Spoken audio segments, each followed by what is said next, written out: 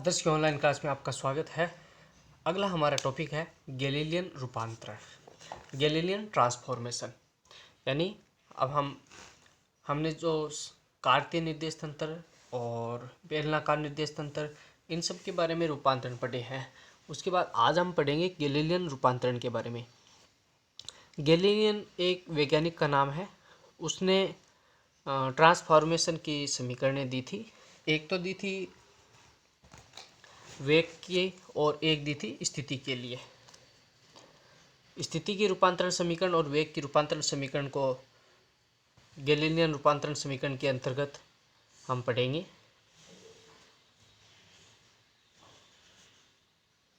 आप हेडिंग लगाइए गैलीलियन रूपांतरण।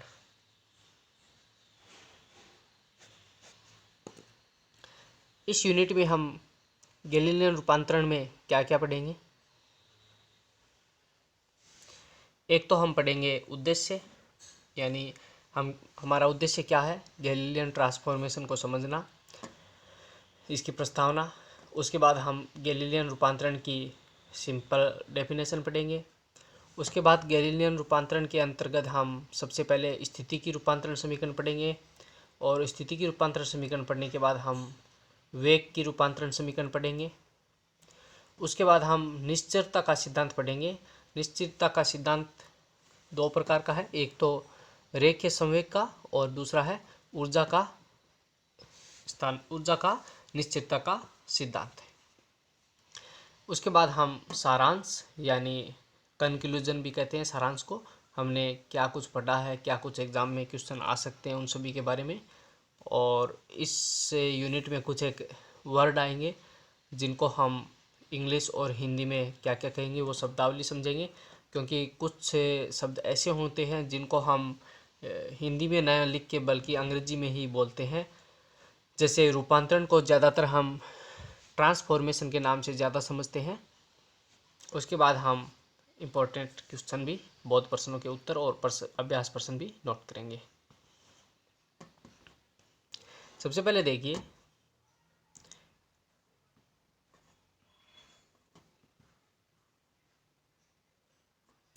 इस अध्याय में हम एक तो सापेक्ष गति करने वाले जड़त्वीय निर्देश तंत्रों में दिए गए निर्देशांकों के मध्य तंत्रों की भिन्न भिन्न स्थितियों के बीच में संबंध है वो बता सकते हैं हम। सापेक्ष गति से तात्पर्य है कि दोनों निर्देश तंत्रों की गति होगी। सापेक्ष गति करने वाले जड़त्वीय निर्देश तंत्रों में प्रेक्षित किसी घटना जैसे टक्कर इत्यादि के वेगों के मध्य किस प्रकार का संबंध होता है, किस प्रकार से सभी भौतिक नियम जैसे संवेग संरक्षण का नियम, ऊर्जा संरक्षण का नियम सभी जड़त्वीय निर्देश तंत्रों में समान रूप से लागू होते हैं, इसके बारे में आप नोट करके रखना। बड़ा क्वेश्चन भी आता है परीक्षा में, इसको हम निबंधात्मक प्रश्न है, इसका भी हम हल करेंगे। सभी जड़त्वीय निर्देश तंत्रों में भौतिक नियमों का प्रारूप एक समान होता है। जैसे जितने भी भौतिक नियम हैं जो सभी जड़त्वीय निर्देश तंत्रों में एक समान रूप से लागू होते हैं। भौतिक नियमों की निश्चरता का अर्थ और उसकी उपयोगिता। सभी भौतिक राशियां जड़त्वीय निर्देश तंत्रों में क्या होती है, निश्चर होती है, यानी किसी भी निर्देश तंत्र में उन्हें लागू करेंगे जो जड़त्वीय होगा उसमें एक समान ही प्राप्त होंगे। और निश्चितता सिद्धांत है उस स्थिति में लागू होता है जब गति के दौरान कणों के द्रव्यमान का मान क्या हो, अपरिवर्तित रहे और सभी जड़त्वीय निर्देश तंत्रों में कणों के त्वरण है वो समान परिमाण के होते हैं।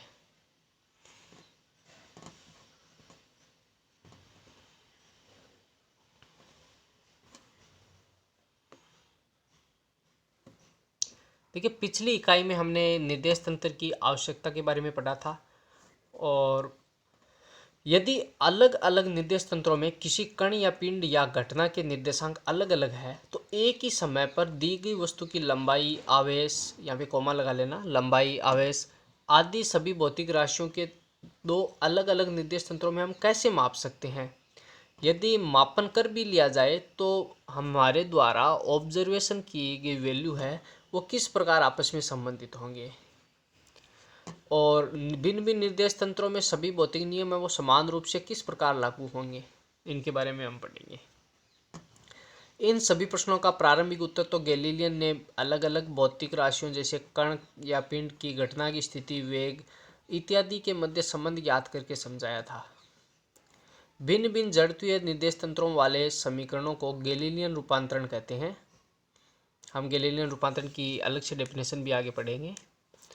और इन रूपांतरण समीकरणों, कौन से रूपांतरण समीकरणों की बात कर रहे हैं हम, गैलीलियन रूपांतरण समीकरणों के आधार पर इस तथ्य की हम पुष्टि कर सकते हैं कि सभी जड़त्वीय निर्देश तंत्रों में सभी भौतिक नियम समान रूप से लागू होते हैं तथा सभी भौतिक राशियों जैसे लंबाई, संवेग, ऊर्जा इत्यादि का मान सभी जड़त्वीय निर्देश तंत्रों में समान होता है। अर्थात भौतिक राशियों का मान सभी जड़त्वीय निर्देश तंत्रों में अचर होता है। अब आप हेडिंग लगाइए, यहाँ से क्वेश्चन भी आता है, गैलीलियन ट्रांसफॉर्मेशन। और गैलीलियन ट्रांसफॉर्मेशन आप लगा लीजिए 2015 में आया हुआ है, एक तो 2015 में और 2018 में। किसी आकाश में किसी क्षण किसी घटना विशेष के लिए अलग अलग निर्देश तंत्रों में लिए गए निर्देशांकों का मान अलग अलग होता है।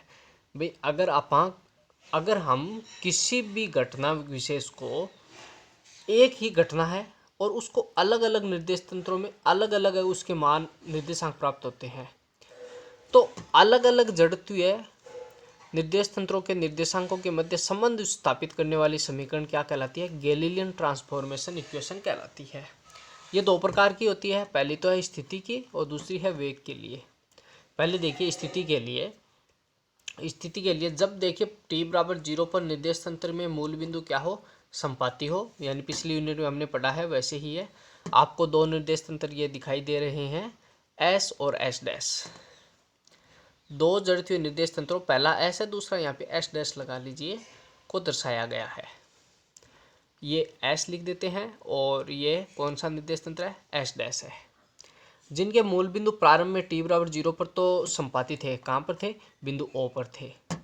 और S डैश निर्देश तंत्र है वो x अक्ष की धन दिशा में नियत वेग vx से गतिशील है, तीर का चिन्ह की दिशा में क्या है, गतिशील है। आप ये चित्र भी नोट करें। इस चित्र में आपको दो निर्देश तंत्र दिखाई दे रहे हैं। पहला निर्देश तंत्र कौन सा है, S है, और दूसरा निर्देश तंत्र कौन सा है, S डैश है। तो S निर्देश तंत्र और S डैश निर्देश तंत्र प्रारंभ में, यानी जब t बराबर समय का मान 0 है, तब S और S डैश दोनों आपस में क्या थे, एक दूसरे के संपाती थे, यानी एक ही बिंदु पर थे। और S डैश निर्देश तंत्र है वो x अक्ष की धन दिशा में इस तीर के चिन्ह की दिशा में नियत वेग vx से क्या है, गतिशील है। और किसी क्षण t समय पर बिंदु P के S तथा S डैश निर्देशांकों में प्रेक्षित निर्देशांक क्या है, x y z t व x dash y dash z dash और t डैश है। S के निर्देशांक तो कौन कौन से हैं, x y z, यहाँ पे अलग से मैं लिख देता हूँ। S निर्देश तंत्र में प्रेक्षित निर्देशांक कितने हैं, x है, y है और z है, और समय कितना है, t है। और S डैश निर्देशांक के लिए आप इन सभी पे डैश डैश लगा लीजिए, x डैश है और y डैश है और z डैश है और t डैश है। जहाँ जहाँ हम S डैश की बात कर रहे हैं वहाँ वहाँ आप डैश लगा लेना, चाहे कहीं पर भी हो सकता है प्रिंटिंग में ऐसा हो सकता है कि डैश ना लगा हो, तो मैं ये बात क्लियर कर देना चाहता हूँ, आप कन्फ्यूजन ना मत होइए। जहाँ जहाँ हम S डैश निर्देश तंत्र की बात कर रहे हैं वहाँ वहाँ आपको डैश ही लगाना है। जैसे यहाँ पे लिखा हुआ नहीं है तो आप अपने आप समझ जाएंगे कि S डैश निर्देशांक के x dash, y dash, z dash और t डैश है। S और S डैश निर्देश तंत्रों में कण P के स्थिति सदिशों के मान R और R डैश,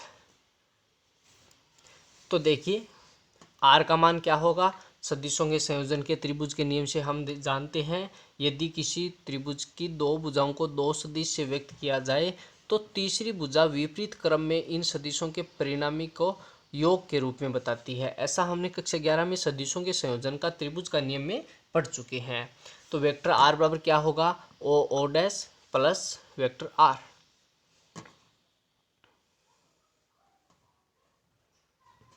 चित्र को देखिए आप, चित्र में देखिए, चित्र में आपको एक त्रिभुज दिखाई दे रहा है। मैं त्रिभुज का नाम लिख रहा हूँ ओ डैश और पी। इस त्रिभुज पर आइए। इस त्रिभुज में त्रिभुजों के संयोजन का त्रिभुज नियम लगाएंगे। तो त्रिभुज का नियम क्या कहता है? यदि किसी त्रिभुज में दो सदिशों को दो दिशा से व्यक्त किया जाए, तो देखिए ये पहला सदिश तो है ओ डैश, दूसरा सदिश है वेक्टर आर डैश। तो इन दोनों का योग वेक्टर आर के बराबर हो जाएगा। ये देखिए ये आर डैश है यहाँ पे।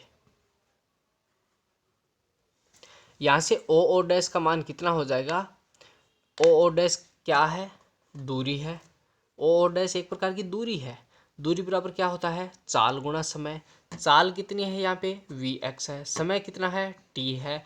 और दिशा के लिए हम आई कैप लगा देते हैं। आई कैप से कौन सी दिशा को व्यक्त करते हैं? प्लस एक्स दिशा को रिप्रेजेंट करते हैं इकाई सदिश के रूप में। आगे देखिए आर डैश भी क्या है? आर डैश भी एक प्रकार से दूरी है। दूरी बराबर क्या होता है? चाल गुणा समय होता है। चाल कितनी है? We X. समय कितना है? टी। कौन सी दिशा में है? ये आई कैप दिशा में है। और स्थिति सदिश के लिए हमने आर लिखा दिया। अब देखिए आर डैश का मान क्या है? कार्तीय निर्देशांक पद्धति में आर डैश का मान होता है x dash i cap plus y dash j cap plus z dash k cap. और वेक्टर आर का मान होता है x i cap plus y j cap plus z k cap. तो इसमें पहले वाली इक्वेशन है ना जो त्रिभुज का नियम लगाया, उसमें हम सारे मान रख देंगे। आर डैश का मान हमने रख दिया x dash i cap plus y dash j cap plus z dash k cap बराबर। ओ डैश का मान हमने रख दिया, ओ डैश का मान x i cap plus y j cap plus z k cap minus, और वेक्टर आर के स्थान पर हमने लिख दिया, वेक्टर आर के स्थान पर हमने लिख दिया minus v x t into i cap. ये हमने लिख दिया। यहाँ पे समीकरण हमें 8.2 प्राप्त हो गई है। एक बार दोबारा से देख लेना, ये समीकरण दोबारा से देखें। सबसे पहले हमने त्रिभुज में संयोजन का नियम लगाया है। तो हमारे पास इक्वेशन आई वेक्टर आर बराबर O dash plus vector r dash. उसके बाद हमने ओ डैश का मान लिखा है। ओ डैश क्या है? दूरी है। दूरी बराबर होता है चाल गुणा समय। ये हमने लिख दिया। और दूरी बराबर चाल गुणा समय लिखने के बाद में हमने क्या लिखा है? वेक्टर आर डैश का मान लिखा है। वेक्टर आर डैश का मान कितना है? Vector r into v x t into i cap. Vector r dash. उसके बाद हमने आर डैश और आर का मान कार्तीय निर्देशांक पद्धति में लिखा है। कार्तीय निर्देशांक पद्धति में लिखने के बाद हमने वेक्टर आर डैश बराबर क्या हो जाएगा? Vector r minus O dash हो जाएगा। पक्षांतरण करके हम आसानी से लिख सकते हैं। मैं यहाँ पे पक्षांतरण करके अलग से लिख देता हूँ। आपको परीक्षा में इतने डिटेल से लिखने की ज़रूरत नहीं है, लेकिन समझने के लिए हम यहाँ पे पूरे डिटेल से ये इक्वेशन को करते हैं।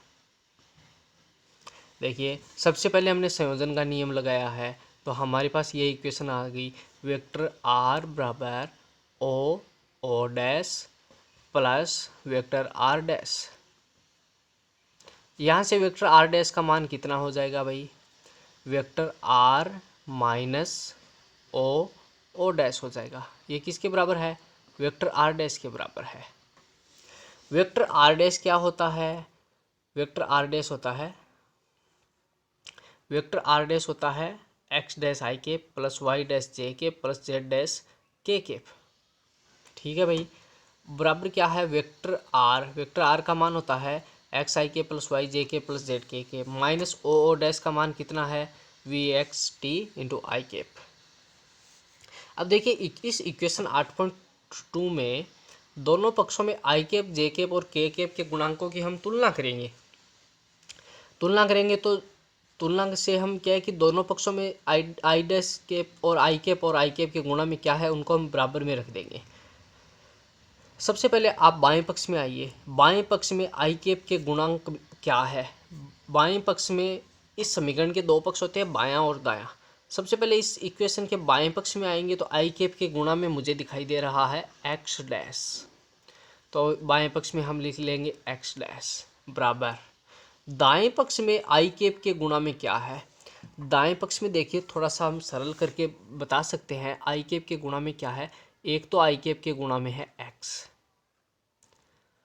और आई कैप के गुणा में ये है minus v x t into i cap. अब इसमें से आई कैप हम कॉमन ले लेंगे तो बाहर आ जाएगा आई कैप। तो आई कैप के गुणा में क्या है, वो उसी का गुणांक होगा x minus v x t, ये आ गया, ये हो गया एक्स डैश का मान। इसी प्रकार हम वाई डैश का मान आ जाएगा जे कैप और जे कैप के गुणांकों की तुलना से वाई डैश बराबर कितना आ जाएगा, वाई आ जाएगा। इसी प्रकार जेड डैश का मान क्या आ जाएगा, जेड आ जाएगा। इन पे यहाँ पे बाई साइड में आप डैश डैश लगा लेना, ये यहाँ पे छपा नहीं है, आप डैश लगा लेना। ये गैलीलियन ट्रांसफॉर्मेशन है, एक्स डैश बराबर x minus v x t, y dash बराबर वाई, जेड डैश बराबर जेड। इसको आप अलग से आप एक सूत्र के रूप में अलग से भी आप नोट कर सकते हैं। ये फॉर्मूला गैलीलियन ट्रांसफॉर्मेशन का स्थिति के लिए रूपांतरण समीकरण लिखिए। तो आप लिखेंगे एक्स डैश बराबर x minus v x t, y dash बराबर वाई, जेड डैश बराबर जेड। अब देखिए आगे, अब मान लीजिए निर्देश तंत्र एस है,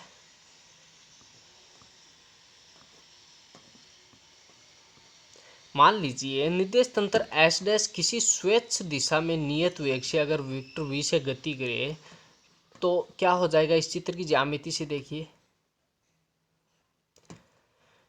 वेक्टर आर बराबर O dash plus r dash, ये वही त्रिभुज का नियम है। वेक्टर आर डैश का मान हमने निकाल लिया पक्षांतरण करके। ओ डैश का मान कितना हो जाएगा, दूरी बराबर 4 गुणा समय v इंटू टी।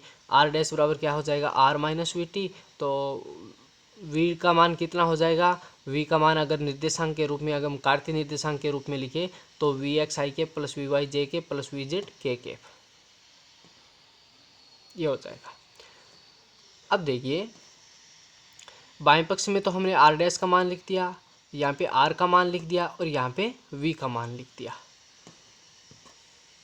ये देखिए हमने कौन सी इक्वेशन में लिखा है, आर डैश बराबर आर माइनस वी टी में लिखा है, लिख दिया। लिखने के बाद हम आई कैप जे कैप और के कैप की अगर तुलना करें तो एक्स डैश बराबर आ जाएगा x minus v x t, y dash बराबर आ जाएगा y minus v y t, z dash बराबर आ जाएगा z minus v z t. ये तीनों समीकरण है अगर निर्देशांक है, अगर एस डैश निर्देश तंत्र है वो किसी स्वेच्छ दिशा में गति करे, यानी एस डैश किसी स्वेच्छ दिशा में गति करे। अगर एस डैश है वो एक्स दिशा में अगर नियत वेग से गति करे तो उसके लिए तो रूपांतरण समीकरण ये ऊपर वाली है ही, लेकिन अगर ये दे दें कि किसी स्वेच्छ दिशा में तो उसके लिए ये रूपांतरण समीकरण हो जाएंगे।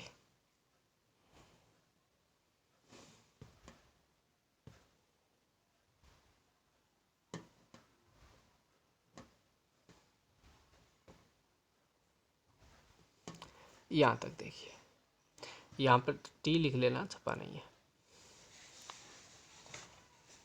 तो देखिए 8.3 और 8.6 है वो स्थिति निर्देशांकों के लिए क्या है, गैलीलियन रूपांतरण समीकरण है।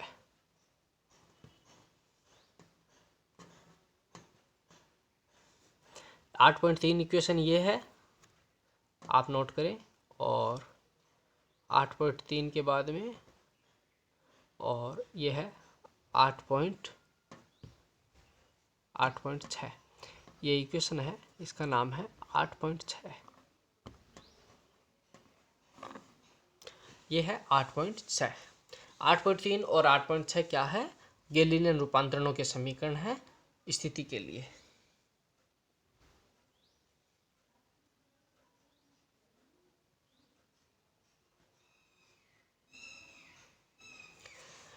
उसके बाद आइए आगे, देखिए दूसरी स्थिति में देखिए, जब प्रारंभ में t बराबर 0 पर निर्देशांकों के मूल बिंदु अगर संपाती न हो, हमने पहले में क्या माना था कि दोनों के मूल बिंदु के निर्देशांक है वो संपाती हो तो क्या होगा।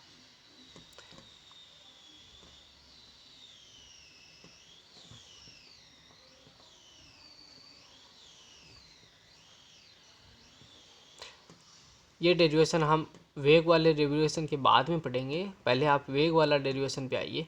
वेगों के रूपांतरण समीकरण इसके बाद में उस पर आएंगे, क्योंकि उसमें एक फॉर्मूला ऐसा है जो आगे इसमें काम आएगा। पहले ये फॉर्मूला याद करने के बाद में वो हल हो गया, इसलिए पहले हम ये पढ़ेंगे वेग के रूपांतरण समीकरण। देखिए, पहली स्थिति जब t बराबर 0 पर s और s डैश दोनों के मूल बिंदु क्या हो, संपाती हो। किसी पिंड या कण का वेग उसकी स्थिति में समय के साथ परिवर्तन की दर के तुल्य होता है। ये हम कक्षा 11 से ही जानते हैं, वेग बराबर dr/dt। यदि s और s डैश निर्देश तंत्र में दिए गए कण p के वेगों के मान x दिशा में अगर vx हो और दूसरे निर्देश तंत्र का वेग अगर vx डैश हो, तो 8.3 को हम अवकलन कर देंगे। तो अवकलन से हमारे पास आ गया dx बराबर dx डैश बटा dt बराबर dx बटा dt माइनस vx आई कैप।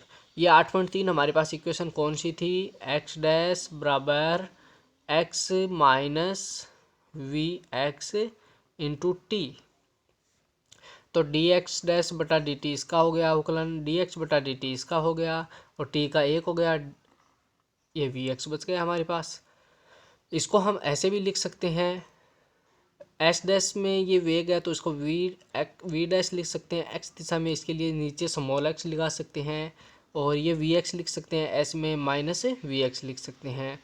इसको हम ऐसे लिख सकते हैं। उसी प्रकार हम वाई दिशा में वेग वी डैश वाई बराबर वी वाई लिख सकते हैं, वी डैश जेड बराबर वी जेड लिख सकते हैं। यदि एस डैश निर्देश तंत्र है वो एस के सापेक्ष किसी स्वेच्छ दिशा में विवेक से गतिशील हो। ये तो माना है कि केवल एक्स दिशा में गतिशील हो। अगर किसी स्वेच्छ दिशा में विवेक से गतिशील हो तो रूपांतरण समीकरण किस प्रकार प्राप्त होंगे। देखिए, वी डैश टी बराबर V T minus v T, T समय पर यह आ जाएगा वी डैश टी बराबर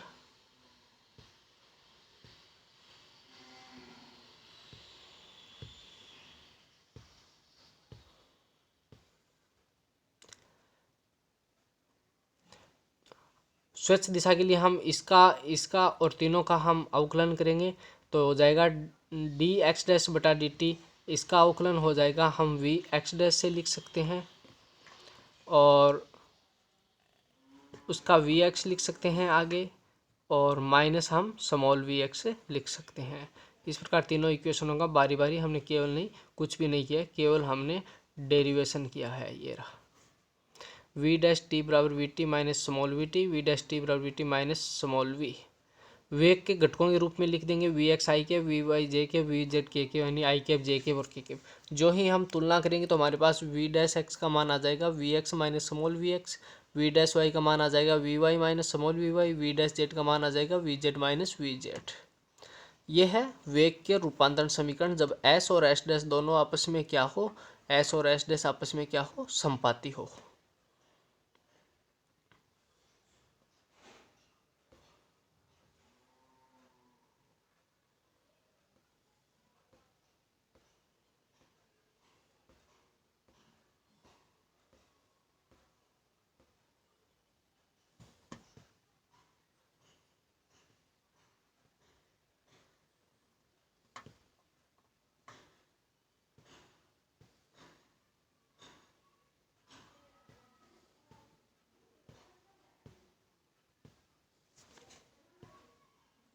उसके बाद हमने जो छोड़ा था ना कि मूल बिंदु संपाती न हो, उस पे आइए आप।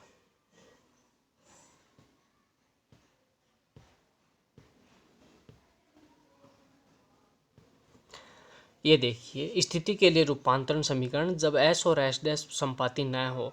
देखिए, दो निर्देश तंत्र एस और एस डैश दर्शाए गए हैं जिनके मूल बिंदु टी बराबर 0 पर टी बराबर 0 समय पर एक्स डॉट दूरी से विस्थापित है। एस डैश निर्देश तंत्र एस के सापेक्ष वी एक्स वेग से एक्स दिशा में गतिशील है। ये ऐसा मानिए कि मूलभूत डेफिनेशन है, प्रत्येक डेरिवेशन में इसमें ऐसे ही लिखा जाएगा। देखिए, ये दो निर्देश तंत्र दिखाई दे रहे हैं, एस और एस डैश, और प्रारंभ में देखिए ये प्रारंभ में ये एक्स डॉट दूरी से एक दूसरे से कैसे हैं, विस्थापित है। समय टी पर एस व एस डैश निर्देश तंत्र में प्रेक्षित किसी कण पी की स्थिति सदिशों के मान देखिए, आर और आर डैश हो तो आर डैश का मान ये हो सकता है कि आर डैश बराबर r minus O double dash. और ओ डबल डैश का ओ डैश का मान कितना है भाई, दूरी बराबर 4 गुना समय होता है, तो दूरी बराबर हो जाएगा एक्स डॉट पहले से ही है plus v x t into i cap. यहाँ पे आई कैप जे कैप और के कैप की फॉर्म में हम लिख देंगे, और लिखने के बाद में हम क्या कर देंगे, तुलना कर देंगे, हमें एक्स डैश वाई डैश और जेड डैश की मान आ जाएंगे। एक्स डैश का मान आ जाएगा x minus x naught minus v x t, y dash बराबर वाई, जेड डैश बराबर जेड। अब हम ऐसी स्थिति पर विचार करते हैं जिसमें एस डैश निर्देश तंत्र का मूल बिंदु और डैश है वो समय टी बराबर 0 पर किसी दिशा आर से विस्थापित है तथा वी वेग से इस दिशा में गतिशील है। तो समय टी पर कण पी के निम्न स्थिति सदिश आर और आर डैश हो तो आर बराबर हो जाएगा r dot plus v t plus r dash, और यहाँ पे आर डैश आ जाएगा r minus r dash minus v t. ये इसके लिए चित्र, और इस बार इस इक्वेशन को हम आई कैप जे कैप के कैप की फॉर्म में लिख देंगे और उसकी तुलना कर देंगे, हमारे पास गैलीलियन ट्रांसफॉर्मेशन की इक्वेशन आ जाएगी। ये देखिए एक्स डैश वाई डैश और जेड डैश तीनों के मान हैं। अब याद करने के लिए हम बता देते हैं, सबसे पहले हमने क्या किया था, गैलीलियन ट्रांसफॉर्मेशन 2 प्रकार के होते हैं, स्थिति के लिए और वेग के लिए। पहले हम स्थिति के लिए ज्ञात करेंगे, तो इसमें 2 केस है। पहला केस जब दो एस और एस डैश के मूल बिंदु संपाती हो, ये आपको इम्पोर्टेंट है, रटना है, याद करना है और समझना है। और दूसरी स्थिति जब संपाती न हो, इसको आप केवल समझ सकते हैं, आपकी जानकारी के लिए, परीक्षा में आज तक कभी भी पूछा नहीं गया ये। उसके बाद वेग के रूपांतरण समीकरण एस और एस डैश संपाती हो, पहला केस, एस और एस डैश संपाती न हो, दूसरा केस। आपको पहला केस ही कंप्लीट करना है जब दोनों संपाती हो। और बता देते हैं आपको कि एक्स डैश का मान स्थिति के लिए आया था, एक्स डैश बराबर x minus v x t, y dash बराबर वाई, जेड डैश बराबर जेड। और वेग के लिए आपके पास 3 इक्वेशन आई थी, वी एक्स डैश बराबर वी एक्स डैश बराबर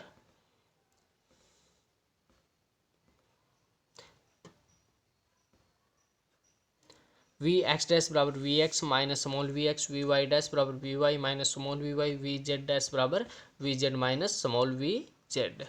उसके बाद हमने ये किया था मूल बिंदु संपाती न हो, इसको आप ये ऊपर वाली जो इक्वेशन संपाती वाली है उसका एक प्रकार से डेरिवेशन ही है।